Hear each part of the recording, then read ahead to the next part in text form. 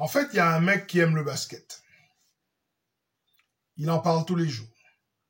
Il discute avec ses copains. Quand ils vont prendre un verre, ils discutent de la NBA. Ils parlent d'Euroleague. Et dans une phrase, un jour, il te dit « Franchement, LeBron, il n'est pas bon. Il faut vous enfermer. Vous êtes malade. » Non, le mec, il aime le basket. Il parle de pick and roll, le mec, tu vois. Il connaît le basket. Et à un moment, il te dit « Ouais, non, LeBron, il n'est pas bon, en fait. J'aime pas. » Il faut vous enfermer. Il faut vous enfermer. LeBron James est un génie du basket. Et aussi longtemps qu'on a LeBron dans notre équipe, on a une chance. Victoire 122-97. 25 points de différence. Sous les yeux de Luka qui est sur le banc et qui discute de temps en temps avec LeBron. Les deux hommes sont en train de préparer leur coup. Ils sont en train de décortiquer le roster. Ils sont en train de voir la force et les faiblesses des joueurs de l'équipe. Comment ils vont pouvoir exploiter certains match-ups. C'était magnifique. C'était un grand moment. À un moment du match, Austin Reeves fait une action, il manipule la défense, il inscrit un panier plus la faute. Et Luka regarde LeBron, les deux hommes sourient, ils se disent, ce garçon, il est de la même veine que nous.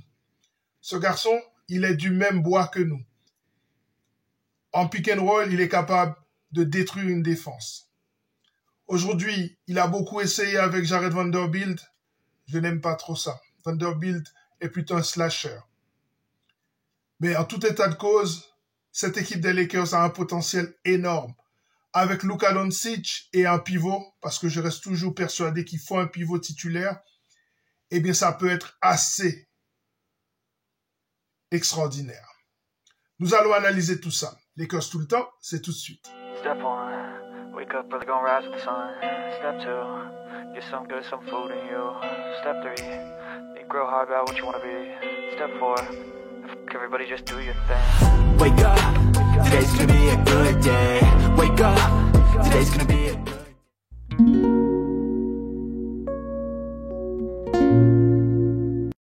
Aujourd'hui, il y a un jeune coach en NBA qui est en train de faire ses marques. JJ Redick a out-coaché Tyronn Lue. Pour rappel, Tyronn Lue est un champion NBA en tant que joueur et aussi en tant qu'entraîneur avec LeBron. Mais aujourd'hui, pour moi, JJ Redick lui a donné une leçon de basket. Le game plan était simple. On switch surtout sur le périmètre. Et dès que la balle est à l'intérieur, on utilise Rui Hachimura ou Jared Vanderbilt pour doubler, pour faire une prise à deux. Ainsi, on a annihilé le potentiel au rebond et au tir de certains Ivica Zubac. Un plan de jeu respecté à la perfection par des joueurs. Je n'ai jamais vu les joueurs des Lakers aussi concentrés sur un match, y compris Jackson Hayes. Jackson Hayes, aujourd'hui, je ne l'ai pas reconnu. Ne regardez pas les stats, regardez ce qu'il a fait. Un excellent match de la part de Jackson Hayes, qui se projette sans doute dans un jeu à deux avec Luka Doncic. J'ai remarqué depuis le début de la saison, chaque fois que Hayes était sur le terrain avec D'Angelo Russell ou avec LeBron James, il était productif. En réalité, quand Jackson Hayes était dans le 5 de base, il était souvent meilleur que lorsqu'il sortait du banc. Parce que lorsqu'il sortait du banc, il était avec des joueurs du banc. Et ces joueurs-là étaient incapables de mettre en valeur ses qualités. Ça reste un joueur limité. Mais avec Luka ou avec LeBron, il aura toujours un visionnaire pour lui donner la balle. Et ça devient très intéressant. Masterclass défensive de l'équipe des Lakers. Leçon de coaching de la part de JJ Redick, qui a utilisé chacun de ses joueurs à son potentiel maximum. Résultat, l'équipe des Clippers n'a pas dépassé les 100 points sur leur terrain. Et chose extraordinaire, c'est que les Lakers jouaient aujourd'hui face à la deuxième meilleure défense de la Ligue. Les Clippers sont la deuxième meilleure défense de la Ligue. Pourtant, les Lakers ont inscrit 122 points. C'était une masterclass. Je pense que ça est à mettre aux côtés du match de New York et aux côtés du match face à Boston comme étant les 3 meilleures victoires des Los Angeles Lakers. Et je crois que ce soir, les Lakers ont envoyé un message à la Ligue. Ils sont capables de jouer comme ça, même sans Eddie, même sans Max Christie. Max Christie qui, soi-disant, en passant, a fait un excellent match dans une défaite des Dallas Mavericks ce soir sur le terrain de Philadelphie, sur le fil. Max a inscrit 15 points et il était au four et au moulin, surtout 9 rebonds. Donc, franchement, on va regretter ce joueur comme on va regretter Anthony Davis. Mais il faut comprendre une chose. Les Lakers n'ont pas tout balayé, contrairement à ce que peuvent penser certains, et notamment un de mes abonnés qui a mis un commentaire sur la chaîne. Les Lakers ont juste changé de stratégie. Une stratégie à court terme, mais surtout à long terme. Je comprends, en tant que fan, on a envie de gagner tout de suite.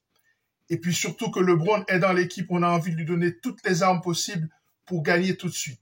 Mais je vous garantis que cette équipe des Lakers ne sera pas moins bonne que celle avec AD. Je pense même qu'elle sera meilleure. Avec le coach qu'on a, avec Luka, le manipulateur ultime, et LeBron James, la science du jeu, eh bien, les Lakers ont de beaux jours devant eux.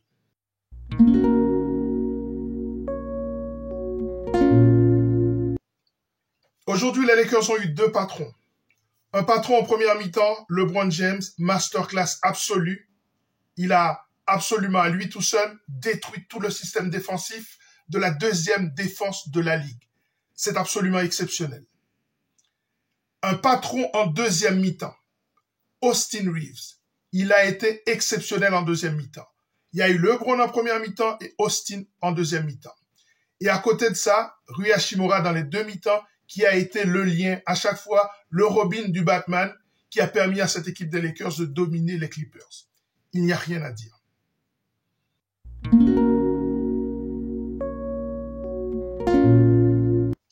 Le banc des Lakers a répondu présent. Soudain, il y a beaucoup plus de dynamisme dans ce banc. Et si on peut récupérer Markieff Morris et Max Kleber, eh bien, on commence à avoir un banc d'expérience, un banc profond, un banc dynamique.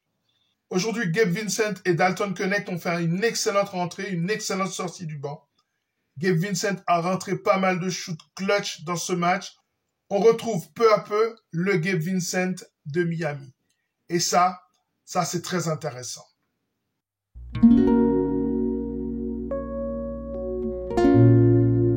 Masterclass au rebond de la part des Los Angeles Lakers. Meilleur match au rebond que j'ai vu jouer cette équipe depuis 2 à 3 ans. Exceptionnel. La preuve, ils ont gagné la bataille du rebond 52 à 35. Une concentration à toute épreuve. Un box-out qui a fonctionné pendant tout le match. Une énergie que je n'ai jamais vue au sein de cette équipe des Lakers. Tout le monde est actif. Tout le monde va chercher du rebond. Tout le monde va bloquer son homme. Exceptionnel. Les Lakers ont aussi gagné la bataille du rebond offensif. 11 à 9. Magnifique performance au niveau de l'énergie, de l'intention et du timing de la part de cette équipe des Los Angeles Lakers. Ainsi, fait exceptionnel. Le seul joueur qui n'a pas pris un rebond aujourd'hui, au moins un rebond, c'est Bronny James. Sinon, tous les Lakers qui étaient sur le terrain ont pris au moins un rebond. Et même, je dirais, ont pris au moins 2 rebonds. Vraiment, une performance collective 5 étoiles.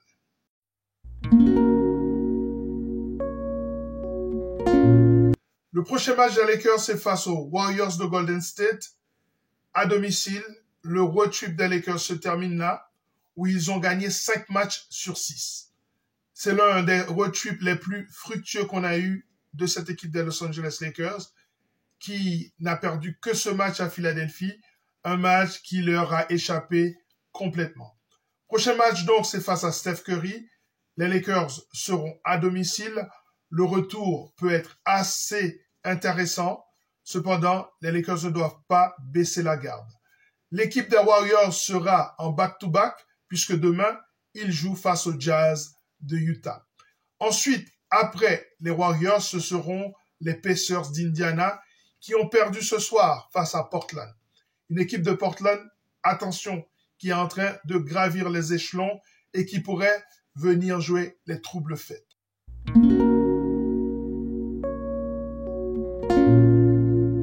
Voilà, c'en est terminé pour cette émission consacrée à cette victoire convaincante. Ce message envoyé à toute la Ligue, que les Lakers de Los Angeles, cette année, vont être très difficiles à battre.